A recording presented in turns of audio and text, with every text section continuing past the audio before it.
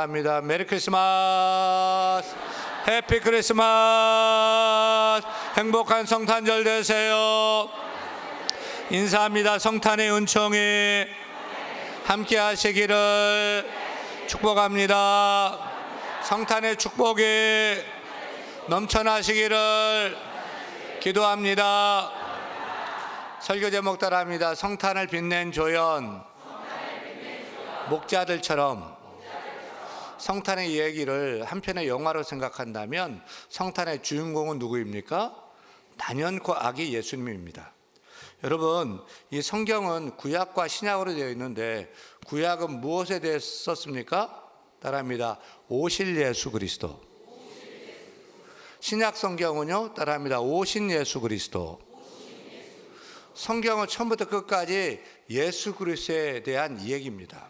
그래서 성경의 중심은 예수 그리스도입니다. 따라서 예수 믿으면 죄사함 받습니다. 예수 믿으면 구원 받습니다. 예수 믿으면 천국 갑니다. 이 땅에서 아무리 똑똑하고 잘나고 많이 배우고 착한 일 많이 해도 결국 예수 믿지 않으면 자기 죄 때문에 지옥 떨어집니다. 성탄의 메시지는 선명합니다. 따라합니다. 예수 천당, 불신 지옥. 이것이 성경의 분명한 메시지입니다. 그 예수님은 하나님이셔요. 근데 그 하나님이 이 땅에 사람 몸을 입고 오신 날이 성탄절입니다. 아멘.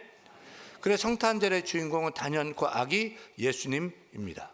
그런데 빼어난 주인공만으로 영화가 완성되지 않듯이 성경에도 여러 조연들이 역할을 했음을 봅니다. 여러분, 성탄의 조연은 누가가 있죠? 누구가 있죠? 1번은 아기 예수를 낳은 어머니 마리아, 2번은 양부 요셉, 3번은 저 멀리 동방에서 또 황금 유황 몰약까지 와서 경배한 누구요? 동방 박사예요. 4번은 누구예요? 베들레헴 지역에서 양을 치던 목자들. 5번은요? 나쁜 놈 헤로드 왕이요. 6번은요? 얼굴 좀 보고 싶은데요, 임산부에게 방 없다고 꺼지라고, 아니면 저 축사에서 요양관에서 아기 낳으라고 한 여관집 주인쯤 될 것 같습니다. 이렇게 여러 조연들이 역할을 다 했습니다. 여러분, 조연의 역할은 간단합니다. 누구만 돋보이게 하면 됩니까? 주인공 아기 예수만 돋보이게 하면 됩니다. 그래서 오늘 성탄을 빛낸 조연으로 생각하는 양을 치던 목자들의 역할은 무엇입니까? 예수님은 높고 귀한 대단한 계층의 사람을 위해서 이 땅에 온 것이 아니라 가장 낮고 천한 양 치는 목자 같은 사람들, 소외받고 연약하고 가난한 사람들을 위해서 오셨다. 천대받는 사람들, 멸시받는 사람들, 바로 우리와 같은 사람들을 위해서 구세주로 오셨다 면서 예수님은 어떤 분인지 그분을 높이는 역할을, 천한 직업을 가진 목자들이 그 역할을 감당했습니다. 제가 볼 때 성탄을 빛낸 조연들 중에서 양을 치던 목자들은 전형적인 조연 역할에 충실했다고 봅니다. 뭔 말이냐면, 여러분, 조연은 주연의 영광을 높여드리고 자기는 사라지는 게 좋아요. 이름도 안 나타내는 게 잘하는 거예요. 그냥 사라져야 돼요. 주인공만 높이고 주인공만 살리면 됩니다. 그게 조연의 역할입니다. 이 역할을 가장 잘한 조연이 누굴까요? 제가 볼 때는 단연코 목자들입니다. 성탄의 1급 조연인 마리아는 조연으로 끝나는 것이 아니라 주연이 돼버렸어요. 주인공이 돼버렸어요. 아기 예수 주인공보다 더 높고 더 그냥 앞서 나가는 인물 되었으니 그거 잘못된 거죠. 그런데 가장 이 일을 잘한 이는 목자들입니다. 이름조차 몰라요. 알려고도 하지 않아요. 누군지도 몰라요. 목자들이요. 제가 이번 설교를 이렇게 준비하고 있으니, 성탄절 설교를 준비하고 있으니까 제 막내 녀석이 성탄절 설교 준비하세요. 뭐에 대해 설교하세요?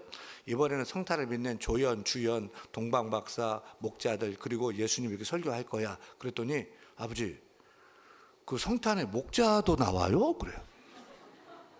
이게 목자예요, 목자. 목자는 예수님 높이고 나타내고 모르는 사람에게 전하고 사라져버렸어요. 철저한 무명의 조연 역할을 너무나 잘한 거죠. 목자들은 주인공인 아기 예수만 드러내는데 자신의 존재를 바친 것입니다. 여러분, 우리도 이번 성탄절을 맞으면서 성탄의 현대판 조연이 되었으면 합니다. 성탄의 조연은 단순한 배경인물로 그치는 것이 아닙니다. 우리도 성탄의 조연이 되어서 성탄의 아기 예수님을 높이고 찬양합시다. 아기 예수 나신 소식을 모르는 이들에게 그 소식을 전하는 목자가 되십시다. 그 다음에 빛도 없이 이름도 없이 사라지는 현대판 목자 같은 조연 되기를 축원합니다. 퀴즈요, 퀴즈. 첫 번째 성탄절에 찾아온 첫 번째 손님은 동방박사들이다. 맞으면 O, 틀리면 X.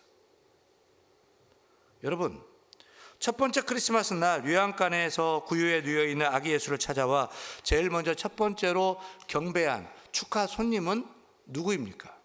1번 동방에서 온 동방박사다. 2번 헤로당 서기관들이다. 3번 베들레헴 지역에 양치던 목자들이다. 4번 쌀쌀맞은 여관집 주인이다. 몇 번이에요? 우리가 어렸을 때 성탄 연극을 할 때마다 등장하는 인물은 항상 고정되어 있습니다. 그 세팅은 요양간, 마구간이죠. 그리고 그 중앙에 아기 예수가 구유에 누워 있고 그걸 바라보고 있는 엄마 마리아, 또 아빠 요셉, 그리고 그 앞에 삥 둘러 서 있는 동방박사, 그리고 뒤에 남루한 옷을 입고 지팡이 짚고 있고 꺼부정한 서 있는 목자가 있습니다. 이 성탄의 연극이 맞게 연출된 것 같습니까? 아닙니다. 틀렸습니다. 우리가 신약 성경을 딱 펴면 첫 번째 성경인 마태복음 1장에서는 예수님이 동정녀 마리아가 성령으로 잉태되어서 예수님이 출산된 얘기를 기록합니다. 그리고 2장 1절부터 등장하는 인물이 누구죠? 동방박사가 등장해요. 첫 번째 성경 마태복음에서 동방박사가 딱 등장을 하니까 우리는 이 동방박사는 마구간의 구유에 누워 있는 아기 예수를 찾아와 경배했다라고 자연스럽게 생각을 해요. 하지만 동방박사들은 예수님이 태어나신 날 밤 그리스도의 탄생배를 보고, 야, 인류를 구원할, 우리를 구원할 메시아가 탄생하셨다, 우리도 찾아가서 경배하자라면서 1600km가 떨어진 그 먼 페르시아 땅, 지금의 이란 이라크 땅에서 낙타를 타고 그렇게 한동안 산을 넘고 물을 건너 별 따러 찾아온 거죠. 결국 성탄 후 일정 시간이 지나서 동방박사들 예수님께 온 것입니다. 성경학자들은 동방박사가 아기 예수님께 찾아와 경배했을 때는 아마도 약 100일쯤 되어서 아니면 돌잡이 때쯤 찾아와 경배했을 것이라고 봅니다. 그 근거가 마태복음 2장 11절인데요. 같이 봅니다. 같이 봐요. 박사들이 어디에 들어왔어요? 마구간의 요양간에 들어와 있는 게 아니에요. 또 누굴 봤죠? 아기와 어머니를 봅니다. 집에 들어왔다는 거예요. 요양간이 아니에요. 그리고 아기와 어머니, 구유에 있는 강보에 쌓인 아기를 보는 것이 아니라 아기를 안고 있는 어머니를 봅니다. 근데 이 아기는 헬라 원어적으로 보면은 갓 태어난 신생아 브레포스가 아니에요. 좀 자란 어린이를 뜻하는 파이디온이라는 단어를 쓰고 있어요. 따라 동방박사는 예수님이 막 태어날 때 찾아온 게 아니에요. 동방박사는 아기 예수님이 태어나서 일정 기간 지나서 요셉과 마리아가 베들레헴에 기거하고 있던 집에 찾아와 경배했던 것으로 봐야 합당합니다. 따라서 첫 번째 크리스마스의 첫 번째 축하 손님은 동방박사가 아닙니다. 여러분, 그러면 누가 첫 번째 축하객이었습니까? 목자들이었습니다. 다 같이 누가복음 2장 7절 읽습니다. 첫 아들을 낳아, 2장 7절 시작. 첫 아들을 낳아 강보를 싸서 구유에 누웠으니 이는 여관에 있을 곳이 없습니다. 예수님이 이렇게 태어났어요. 지금 아기 예수는 음메 막 우는 양, 염소, 나귀 냄새나는 그곳 어두운 축사 안에 있는 구유 안에 누워 있는 상태예요. 그리고 2장 8절 봐요. 그 다음 절 2장 8절 보면 카메라 앵글이 그 아기 예수에게서 그 지역에 있는 목자들에게로 앵글이 옮겨갑니다. 2장 8절 읽습니다. 그 지역의 목자들이 밤에 밖에서 자기 양떼를 지키더니, 그 밤이죠. 그럼 목자들은 아기 예수님이 성탄하신 소식을 어떻게 알았어요? 천사들이 찾아와 알려줬어요. 제일 먼저 목자들에게 전했어요. 10절 읽습니다. 천사가 이르되 무서워하지 말라. 보라, 내가 온 백성에게 미칠 큰 기쁨의 좋은 소식을 너희에게 전하노라.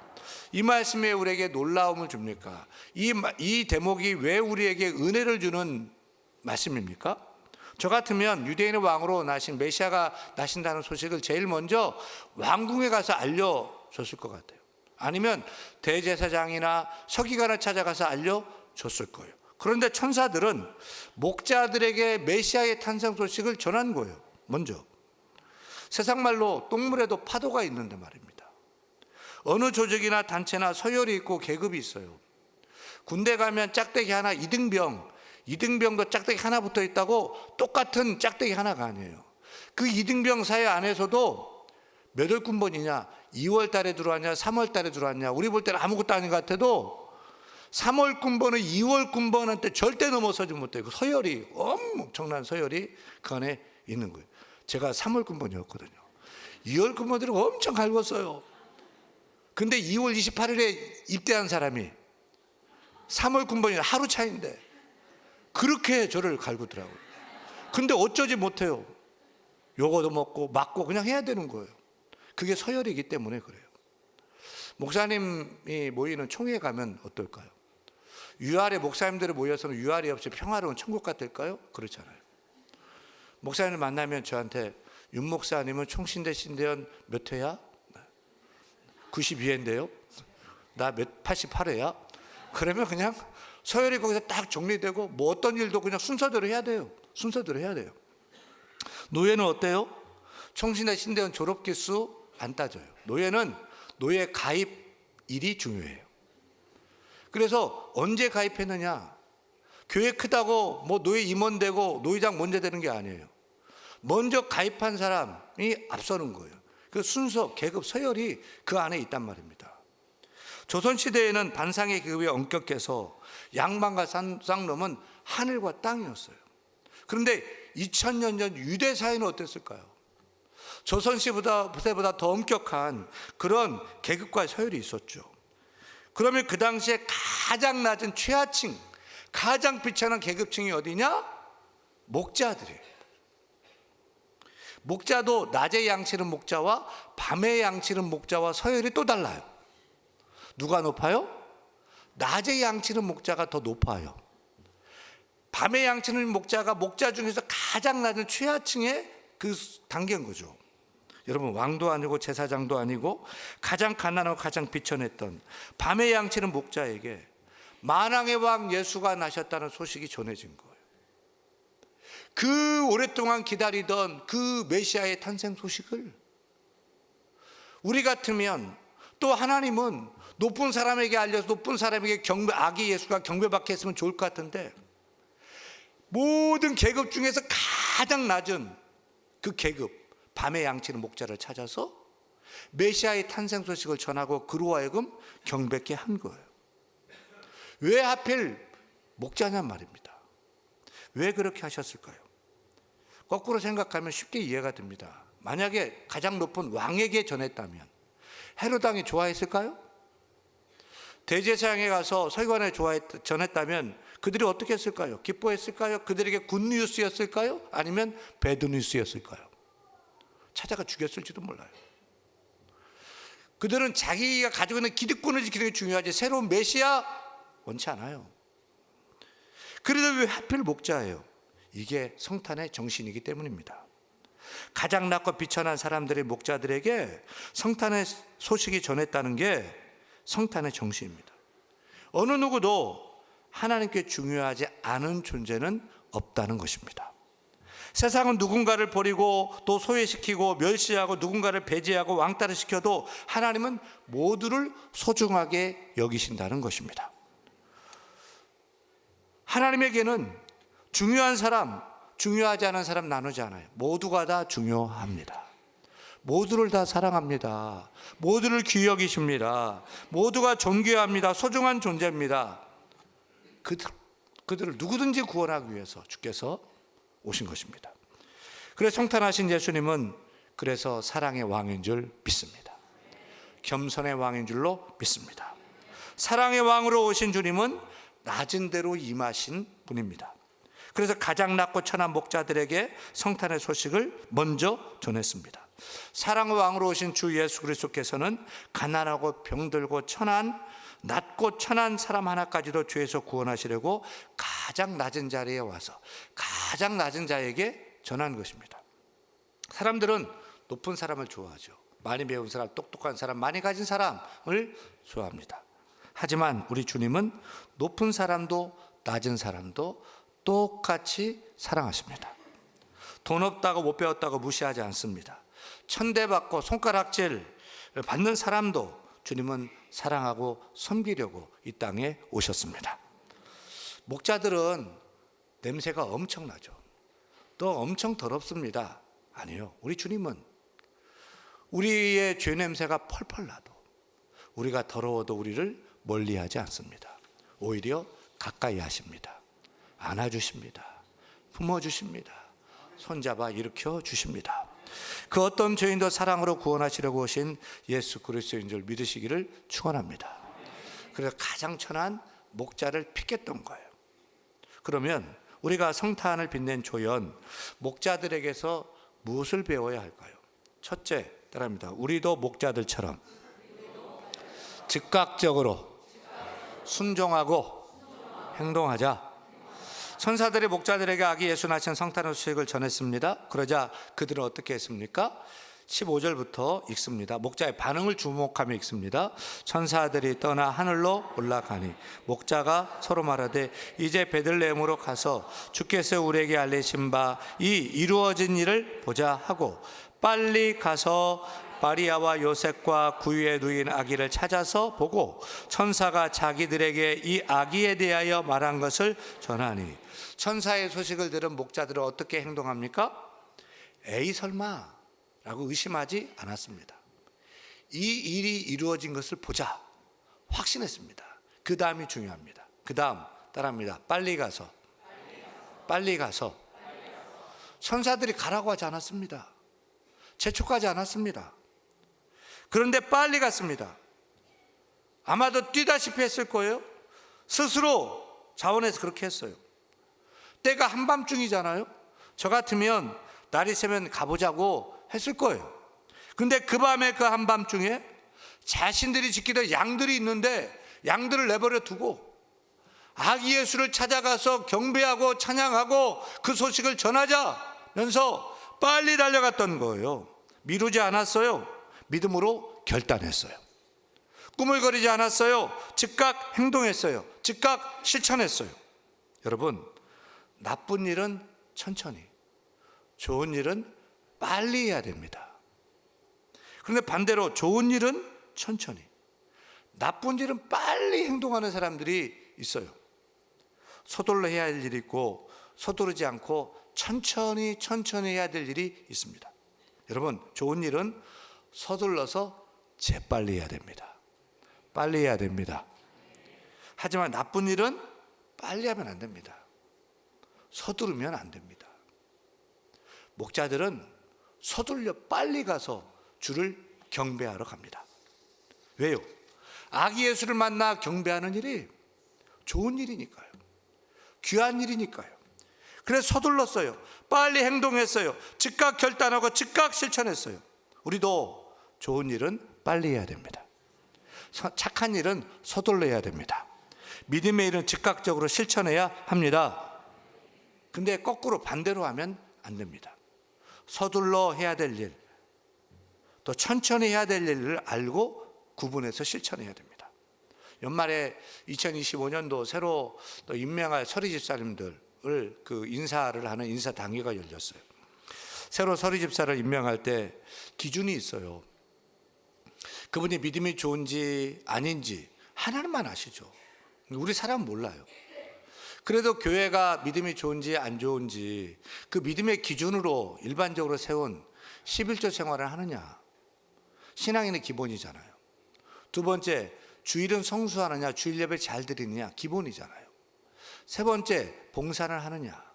그 생활이 건강하냐, 술, 담배를 하느냐, 뭐 이런 걸 보는 거죠.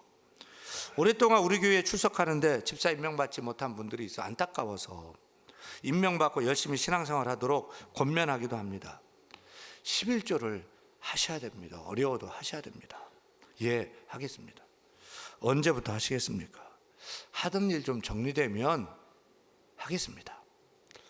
술, 담배는 안 하시죠? 예? 조금씩 하는데요. 어떻게 하시겠습니까? 끊겠습니다. 언제부터 끊겠습니까? 천천히 차차 끊겠습니다. 이렇게 대답하면 돼요, 안 돼요? 안 되는 거예요. 제가 가르쳐 드릴게요.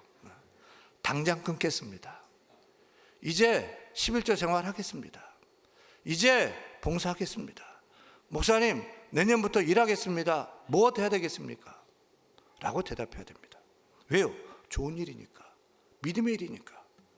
11조 술, 담배 끊는 일, 봉사하는 일 좋은 일이잖아요. 그럼 빨리 해야 돼요.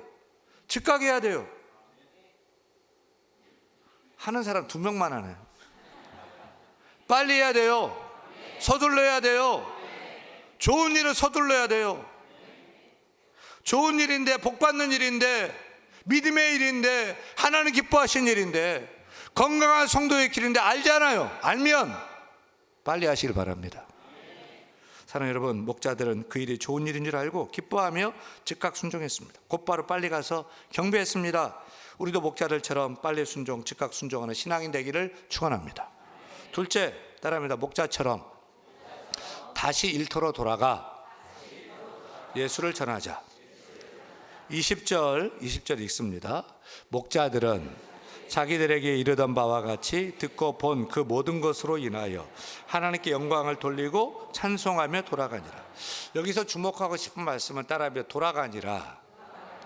목자들은 은혜 받은 현장에 머무르지 않고 삶의 현장 일터로 돌아갔습니다. 이게 중요합니다. 우리가 교회에만 너무 오래 있는 것 좋지 않습니다. 예배드리고 교제하고 집으로 돌아가야 돼요. 변화산에서 예수님의 얼굴이 해같이 빛나고 옷이 막 빛같이 막 빛나게 될 때 베드로가 막 엄청 은혜 받고 흥분해요. 주님, 여기다 초막 짓고 여기 사십시다. 그러자 주님 뭐라고 그래요? 말씀하잖아요. 다시 산에 내려와서 삶의 현장으로 돌아갑니다. 그리고 하나님 나라 복음 전하는 일을 힘쓰십니다. 마가복음 2장에 보면 고침받는 중풍병자 얘기가 나오죠. 그때 주님이 하신 말씀 우리는 기억해야 됩니다. 마가복음 2장 11절에 보니까 내가 내게 이르노니 일어나 내 상을 가지고 집으로 가라. 여러분, 예배를 통해서 은혜 만땅 채우시고 그 다음에는 집으로 돌아가십시오. 삶의 현장으로 돌아가십시오. 교회 살지 마세요. 목자는 양과 함께 있는 것이 본분이듯이, 가정주부는 가족과 함께 살림 잘하는 것이 마땅한 일인 거죠. 직장인은 회사에 가서 열심히 일하는 것이 잘하는 일이고, 학생은 학교에 도서관에 가서 열심히 공부하는 것이 마땅한 일입니다. 또 예술인은 무대에 있어야 행복한 법입니다. 여러분, 돌아가세요. 은혜 받았으면 돌아가세요. 말씀 들었으면 돌아가세요. 그런데 신앙인은 일터에 돌아가서 세상 사람과 똑같이 살면 안 되겠죠. 목자들처럼 일하면서 찬양해야 됩니다. 또 일하면서 하나님께 영광 돌려야 됩니다. 내가 만난 예수 알지 못하는 자들에게 전해야 할 것입니다. 그래서 예수님의 성탄을 모르는 자들에게도 성탄의 큰 기쁨의 좋은 소식을 알려서 성탄을 빛내는 조연 현대판 목자들처럼 살아가는 우리 모두가 다 되기를 축원합니다. 축원합니다.